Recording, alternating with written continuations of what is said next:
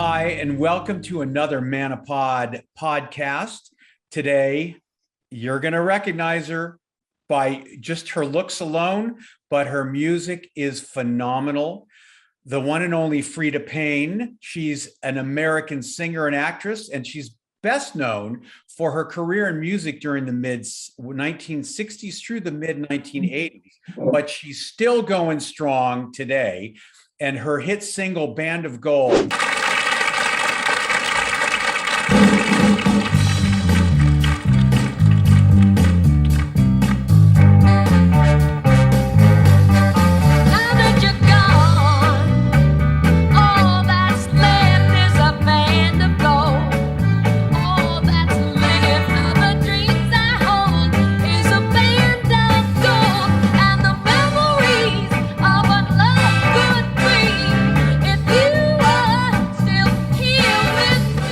was a #1 hit, and it's still playing. So can you imagine 40 years, 60 years of success? I mean, that's amazing. So welcome, Freda.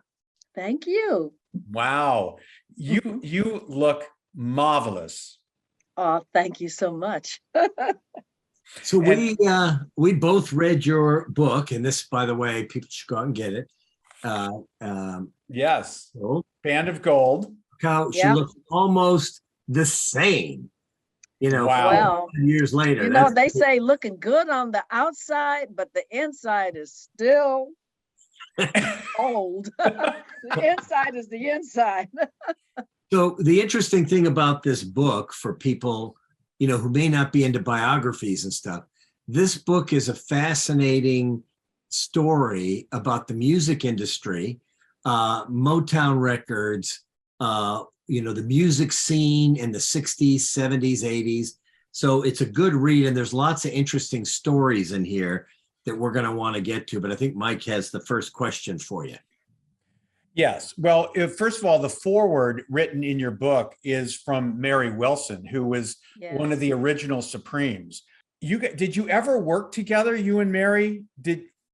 We probably have in the past, some in one form or another, especially when we were when Mary was doing her own thing, not as a Supreme herself, at that time, because Mary became a singular artist after she disbanded the Supremes.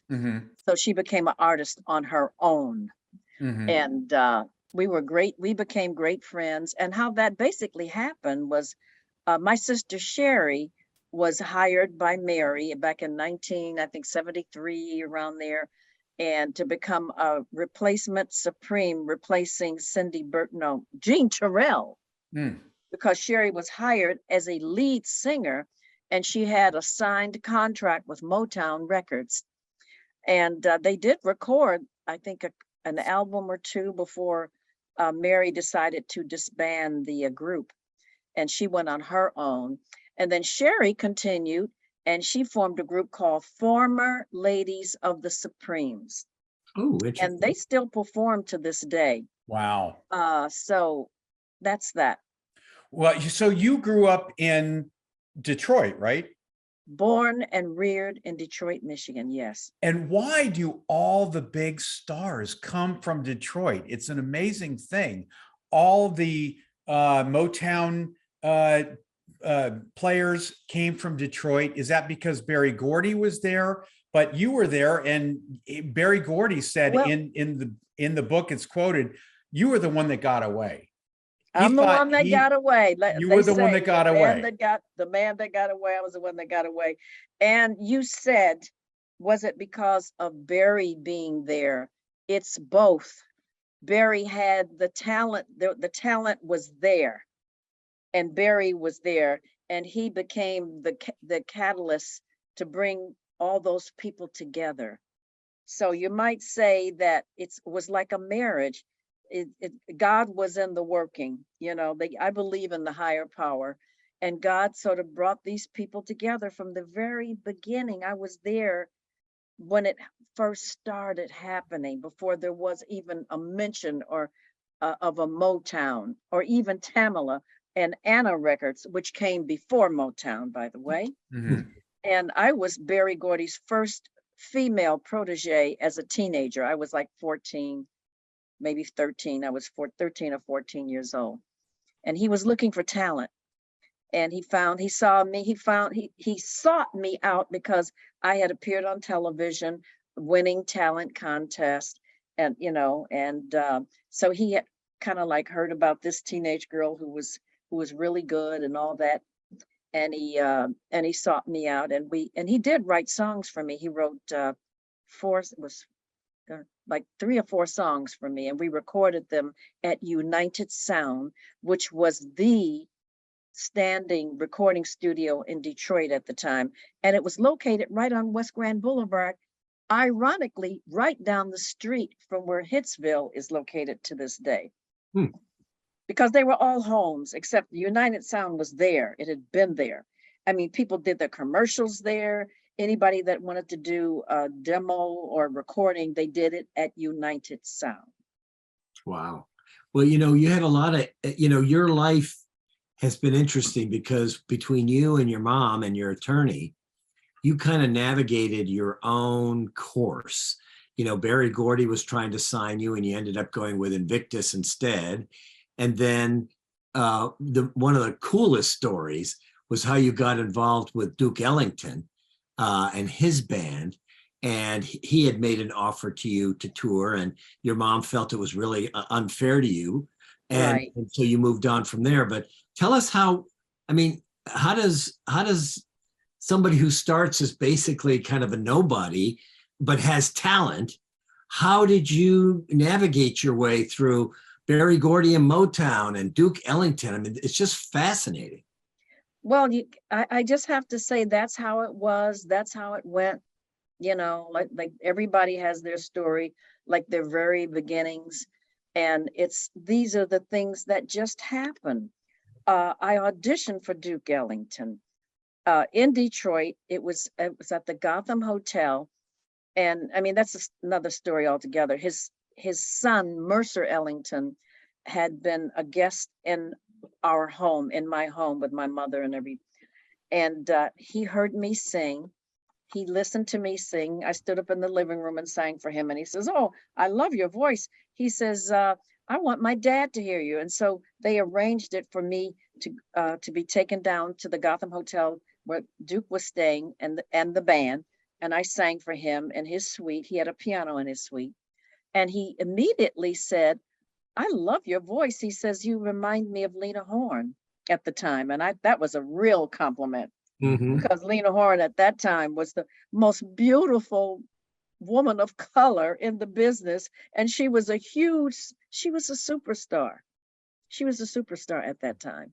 Yeah. And I thought that was a great compliment. And he said, "I would like to hear you sing with the band, but we're leaving in the morning to go to Pittsburgh. And if someone can bring you to Pittsburgh, I would love to bring you up and sing with the band." That's and that happened. Yeah, I mean, And that's just fascinating. I mean, here you are, 14, 15. No, by that time I was 17. 17, but still, here you are being allowed to perform with one of the most iconic bands in the history of music. I know. How did that feel? Surreal.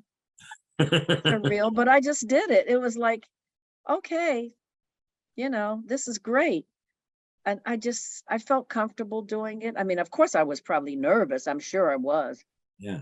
And I met Billy Strayhorn when I was in Pittsburgh at that time, because I was with my mother and my mentor, Mac Ferguson, and we stayed at the same motel in Pittsburgh. It was called the Holiday House. And ironically, years later, let's say, or like maybe 15 years later, I wound up headlining there. That's amazing. That's so that right. Same place, that same nightclub. And Duke heard me sing with the big band, and then they moved on to Vegas. And then my mother and I and Mac Ferguson, we joined them in Vegas because we went to Vegas to join them, because I thought I was going to wind up signing, but of course he insisted on maintaining whatever was in the contract. And my parents, my mother and our attorney, Alan Early Jr., didn't agree. He felt that there should be some changes made. I was 17. The contract was 10 years. It was too long. It should not exceed my 21st birthday. You know, little things Sure, like that. sure. Yeah. The right thing, right. Yeah, little things like So, that. And so who did you also hang out with? the pay scale was, my mother said, what if in a few years you've made my daughter a big star, and she's commanding thousands of dollars to work elsewhere? Would you adjust her salary? He said, no, it would stay the same. So Okay. So who did you hang out with in the early days? Who were some of your buddies that you sang with and went out with, and just some of the big stars of today? Quincy Jones would be one. Wow. Sammy Davis Jr. Who else back then? Oh my God. There Well, were Barry others. Barry Who? Gordy. Oh, well, Barry. Yeah. Well, Right, Barry. right. Yeah, Barry. Yeah. And what about Smokey? Well, I met Smokey. Barry introduced me to Smokey back when they were just beginning. Wow. I met Smokey and Claudette and all the gang. You know, they were just beginning with Barry, literally. And Brian, Eddie Holland, Lamont Dozier. I had gone to school with him. We were in the same class for like 3 years straight at Hutchins Junior High. It was a middle school, I think 7th, 8th, and 9th grade. And then I went on to Central High, and then he went on to another high school. But I didn't see him again after that until he started working with the Barry, and then Barry put him with Brian and Eddie to become a producing team. And then they started producing for the Supremes, and they're the ones that brought the Supremes out of the no hit category into a hit category. They were the ones responsible for the Supremes finally taking off. And they had a falling out with Motown and started their own record label, Invictus. Right. And they were, because they were suing each other, they weren't allowed to write any new music. And so your song, it's a fascinating story. The Band of Gold song was attributed to people who didn't really write it because they couldn't have their names on it. Right. And yet, you know, with all the turmoil, here comes this song that fits you perfectly and becomes this huge hit. And she wasn't comfortable with the song, as you know, right? You weren't comfortable with it. I felt that it was meant for a younger artist, like a really, you know, like 15, 14, 16, 17-year-old artist. I was 28 at the time. And I said, I'm a grown woman. I'm mature. You know, I've been around a little bit. And this is for a younger singer. And so Ron Dunbar, who was showing me the song and was rehearsing it with me, he said, Freda, don't worry about that. Just sing it. And I did. I'm glad I did. Yeah, for sure. Yeah. Uh, Must have, it probably went past gold, right? Where did it take you? By now it's sold over and over and over again, all these years now. It's still selling. I mean, it's still being played on the radio, over the airwaves, internet, all over the place. You know, Spotify, Sirius XM, Soul Town. Oh, they play that. Are you ever driving down the street in your car listening and it comes on? Has that happened to you before? Yeah, this just a few months ago. I was on my way to Costco and Band of Gold came on. So then I parked and went into Costco. I guess I was there for like about 45 minutes, maybe close to an hour. And then I came out. And then as I started getting ready to drive home, Bring the Boys came on. I said, oh my God. That's great. You sing to those songs when you hear them in the car? Not really. Not really. I just listen, you know, and I have a smile on my face. So one of That's the so one of cool. the fascinating stories that's kind of sadly still kind of timely was when you were in Vegas. Duke was playing at one of the hotels The there. Riviera Yeah. Hotel and And so Casino. you guys went there thinking that you would be staying there, and you were told by somebody who was walking on the street who said, no, no, no, that you stay on the west side. There's a hotel there, and even Duke stays there. He wasn't allowed to stay in the Absolutely. hotel. We're talking about 1961. I mean, that was like certain southern states. That was the segregation. That was segregation. You know, was still very strong. The Civil Rights Bill had not even been signed yet. Okay, I think that happened in 63, 64. Yeah. If we had been in the South, we wouldn't have been able to stay in a white hotel or motel at all, or sit in a restaurant and be served. Okay, that was a white restaurant. So what happened, being from Detroit, Detroit was a northern city, and there was no like segregation or anything like that. I mean, of course, you know, we still knew that things were different. Right. With certain, not all, but not certain white people, because I had plenty of white friends. And anyway, we arrived in the evening after having driven from Detroit, and it was me, my mother, and Mac Ferguson, my mentor. And we were on the strip, and we kept stopping at different motels to get a room or a couple of rooms. And they kept, and outside it would say vacancy, vacancy. And then Mac would go in and come back out and say, they say no vacant. They say there is no vacant. There is they're all filled up, no vacancy. So after about the third try, I'm thinking to myself, as a kid, I'm thinking, what's wrong with Mac? Doesn't he realize they don't want you here? And so we saw this guy, this black guy, they was back then people called colored, Right. walking down the strip. We stopped him and we told him our dilemma. And he said, well, ma'am, don't you know they don't allow us colored folks to stay on the strip? I said, my mother said, well, I'm with my daughter. She's a singer, and she's coming here to join Duke Ellington, who's appearing in the lounge at the Riviera Hotel and Casino. Isn't Duke staying there with his band? The man said, oh, no, ma'am, he can't be staying there. He's got to be staying over on the west side at the West Hotel. I mean, motel. It was a motel owned by Dr. West. We went to a payphone and called, and sure enough, Duke was staying there with the whole band. And so we went over there. They had a vacancy there, and we went over there and got 2 rooms, and we stayed there as well. And they called it, by the way, at that time, the West Side was referred to as the Dust Bowl. And that's where all people of color were staying there. All colored people were staying over there. Doctors, lawyers, everyday people. Yeah. And they had some nice house. They had nice homes over there. I mean, it was no shanties. There were no shanties. Mm-hmm.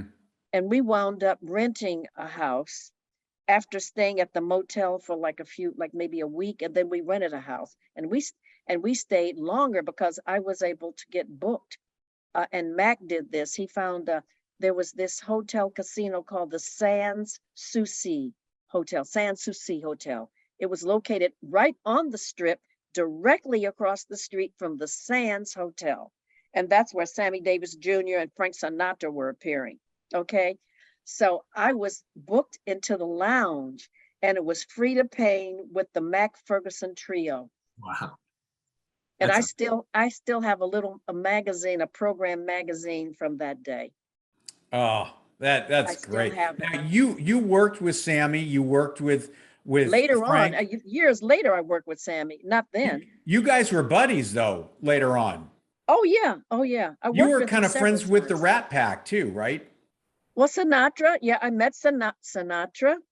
I met him, and how I met him was I was appearing at a small club here in LA that was located right on the corner of Santa Monica and La Cienega. It was called The Losers. That was what a name for a club. Yeah. It was a small little club. And I was appearing there.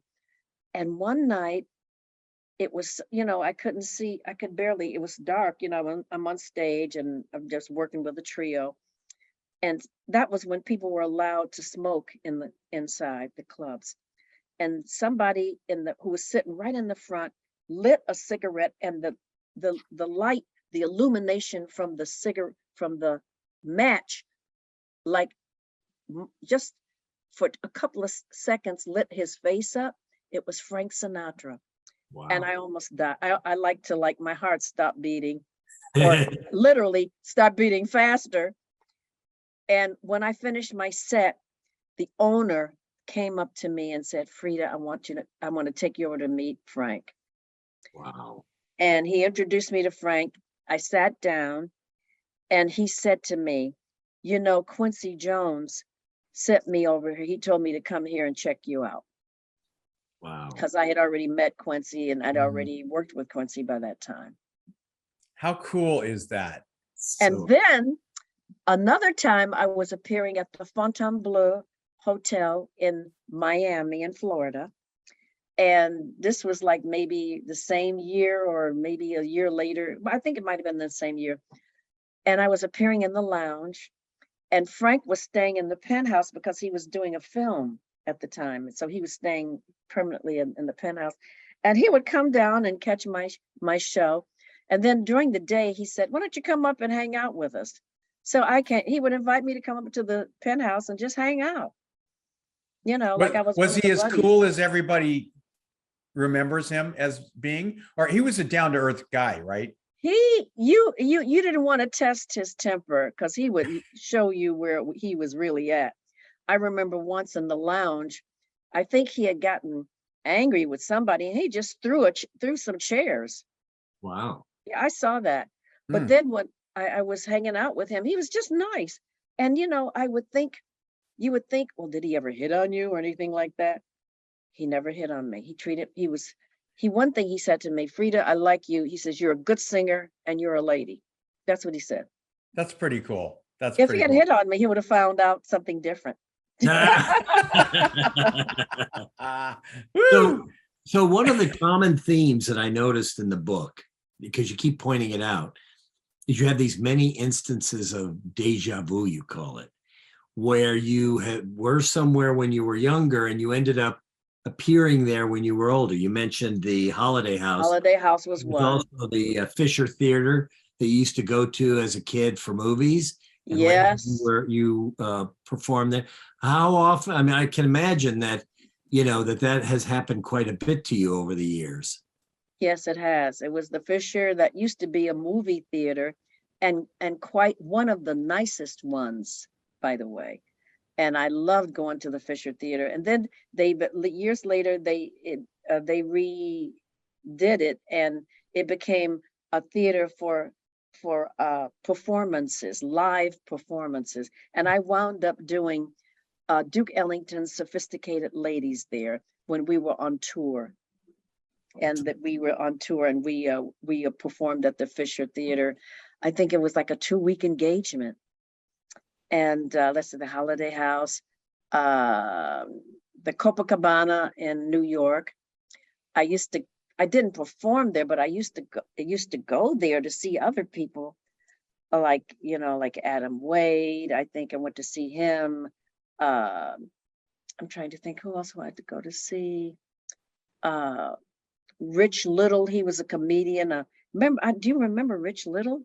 Of course. Oh, yes. He did impersonations. Yeah. Oh, yeah. Yeah. Don Rickles. Of course. Yeah. And then I wound up headlining there myself years later. So, yeah. So you're known, I mean, obviously people know you from your hit songs, but you're really a jazz singer. I'm really a jazz singer, and that's what I am and have been doing for the last several years. Yeah. I that's my actually that's what's kept my career going. is being a jazz singer, because I've been able to do Ella Fitzgerald tributes. I have also done theatrically, I have portrayed Ella on the theatrical stage uh, in padded clothes, you know, the little short hair wigs. The name of the play is Ella Fitzgerald, First Lady of Song. And I have done it 4 times now. I Wow. first did it in 2004 at Crossroads in New Brunswick, New Jersey. And then I did it again 10 years later. I did it 2014 in Alexandria, Virginia at Metro Stage. And then I did it Metro Stage. And then I did it at the Delaware Theater in Delaware, Wilmington, Delaware. And then I just did it this past August into September in New York, a place called Rockville Center, New York, which is really Long Island, at the Madison Theater on the campus of Malloy College. And I play Ella, and then of course the other actors. There's Norman Grants, who was Ella's manager. There's Georgiana, who was Ella's cousin, who traveled with her. And then there's Frances, who was her half sister. And so I've been reviewed in the Washington Post and other newspapers, and I've gotten rave reviews playing Ella Fitzgerald. That's Oh yeah. Well, obviously you've done it 4 times. They ask you back, so you must have done something right. Yes, and of course I owe that to Maurice Hines, who is, Really? you know, he and his brother Gregory Hines are Right. they're a Dancers. great dance team. And of course, Gregory went off on his own eventually and did his own thing, and he's won Tonys and you know, Tony Passed away Awards. He way became a too big star. Mhm. Yeah. Gregory Hines, Gregory became a really big star, and Maurice did his thing too. He was a star as well, and an excellent performer and an actor. And Maurice is the one that called me to do Ella. He called me because he felt that I was right for it. That's awesome. So I was gonna bring up a couple of charities that you're involved with, because we tend to do that with as Oh, many yeah. as possible, because we can put their charities on our website if people decide they want to donate. And I know you're part of the Thalians. Thalians, they call it Thalians. Thalians. Thalians, and that's a charity that helps mental health causes. And right now, you know, Operation Mend at UCLA is the one that works with veterans, both physical and mental medical problems that they have. How'd you get involved with that? Well, with the Thalians, I used to appear, they would, you know, ask me to appear on some of their award shows when they were at the Beverly Hilton Hotel in the Grand Ballroom and the International Ballroom. And I would be performing with, you know, for them. They would request that I would come and do something, and I did. And I recently, I think this 2021, was it 2000? Yeah, 2021, I was honored by the Thalians at the Waldorf Astoria Hotel in Beverly Hills. I was honored. And I think I've been recently asked to join the board. So I think I will do that. And then of course my other charity, which I really feel is even just as important, if not more, is breast cancer. Breast cancer, because my mother passed away from breast cancer in 1977. And then my sister Sherry, she got breast cancer several years ago, but now she's breast cancer free. And because they caught it in time. That's Is there a great. specific organization that you like, Susan Komen, or what is the one that you support? Well, I just did a benefit for the breast cancer at Paramount Studio this past Sunday, and I think it's that one. I think that's the one Susan I G. did. Komen, probably, yeah. Yeah, it was Sunday. It was last Sunday on the lot of Paramount Pictures outdoors, and I performed for them. That's all. Yeah, I mean, I'm a plastic surgeon. About half my practice is breast cancer patients, reconstruction and all that kind of stuff. And we're just coming out of Breast Cancer Awareness Month, which, we have posted articles and videos and educational stuff. So this will also be a good one for us. Yes. Oh, yeah. Yeah. I'm lucky. Can I ask you, doctor, when it comes to that, someone told me, now I don't know if you believe this or not, but I had a lady tell me, this was back I think in the 70s, and she was a spiritualist, sort of like a psychic person. And at that time, this was just before my mother died. And she said, your mother is going to probably pass away from breast cancer. And she said, and you're probably thinking that you and your sister will be very vulnerable because it runs sometimes in family lines. If you have the same, you have the same genes or whatever. She said, but for some reason, you're never going to get it because your your chromosomes aren't exactly the same. And she said that. And to this day, I've never had a problem. Yeah. And how old was your mom when she passed from it? 56. And so, nowadays what they do in women who are 50, right around 50 or less, is they do a genetic testing and to see if they're positive. And if they are, they generally will test the daughters as well. Yes. And so it's possible. I don't know if your sister ended up getting genetically tested or not, but no, but she got it. Yeah. And how old was she? Well, Sherry is 2 years my junior. Oh, I think when she got it, oh God, this has been like about 6 or 7 years ago. Yeah. So, if you were, God forbid, to ever get it, it would be the sort of standard getting old, and we tend to get cancers. So yeah, you're 80 or 82. I would not worry about it at this point in time. I mean, well, you know what? If my mother were, she wouldn't be alive today anyway. She'd be over 100. So, but I remember her mama saying once to me, she said, don't ever mess with your breast or get a breast job or anything like that, because you could get sick or you could get cancer. My God, I've had 2 or 3 breast jobs. Yeah, that part's not true. Yeah, so I know. That's my mother. She thought if you smoked a marijuana cigarette, you become a drug addict. It seems like she gave you good advice early on in your career. Yeah. That stood you in good stead. And thank you for bringing the awareness with breast cancer, because it is important and it is a little bit of an epidemic right now. So yeah. Well, so far I'm good. I've had, when I had my son, I nursed him for a year. And then when my ducts dried, my breasts were hanging down to my and it was like stretch marks on my breast. I said, oh my God, I can't wear my gowns. So what I did, I had a mastoplasty. Right. And they put it, right. They put them up and then they added, implants.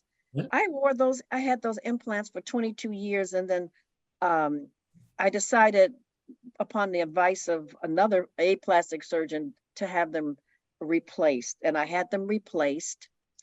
And then there was silicone, and then there was saline, right? Yeah. And so I had the saline put in. And then after a while, I decided I didn't like that big breast look anymore. And so I went back and had them removed. And then I said, aren't you going to put implant back in? He says, Freda, you've got enough tissue in your own breast. Do you want it? I said, no, I don't. So now I've got I still wear the same size bra. And I don't have implants. You heard it first. Freda Payne still wears the same bra. Right. I wear the same bra. And when I was 12 years old, I was fully developed, and I have 34C. And I used to be, the kids at school, the girls were jealous of me. They used to call me Big Titty Freda because they weren't developed. I developed young. I developed early, and they weren't developed. Now, those same girls, like by the time they got to be, 15, 16, 17, they had bigger breasts. But back then they were jealous of me for that. I'll And bet. that's why your mama was so careful with you, because That's right. there were a lot of wolves out there. Oh, baby, let me tell you, that's when I learned how to fight and beat up boys, There you go. because So I had to fight them off. let me ask you a question. So I remember, we're not that much in age difference, but I do remember as a kid, I had a big crush on you, of course. Who didn't? Especially when, you came out with your hit songs and you were all over the place. You're on Carson, you're on the Jerry Lewis telethon. I always remember every single year that he would have you on and you would come on and he was gaga over you. I remember that. And you would come on every year. So you donated your time for that. And you were a Yes. he was a big fan of yours. I remember. Oh, yeah. And Jerry Lewis, back then in the 60s, he was a huge star. He Mhm. was very, he was the man, as they say. He was the man. He's, and he was quite revered I opened for him in France, in Paris at the Olympia, and that was 1971. And he was considered like a god in comedy Yeah, they in loved him in France. France for some. Oh Yeah. yeah, they loved him. Yeah, they loved him. And when you did Johnny Carson Oh, I did Chuck Carson many many times. times, many Yes. times. Was he, did you like him? Did you get along with him or was it superficial? Oh no, I liked him. I remember once he said, uh, I was sitting in the chair, and he said, this is after I'd finished singing, and he said, where do you live? I'd like to visit you. And then I said, I'm staying at the YWCA.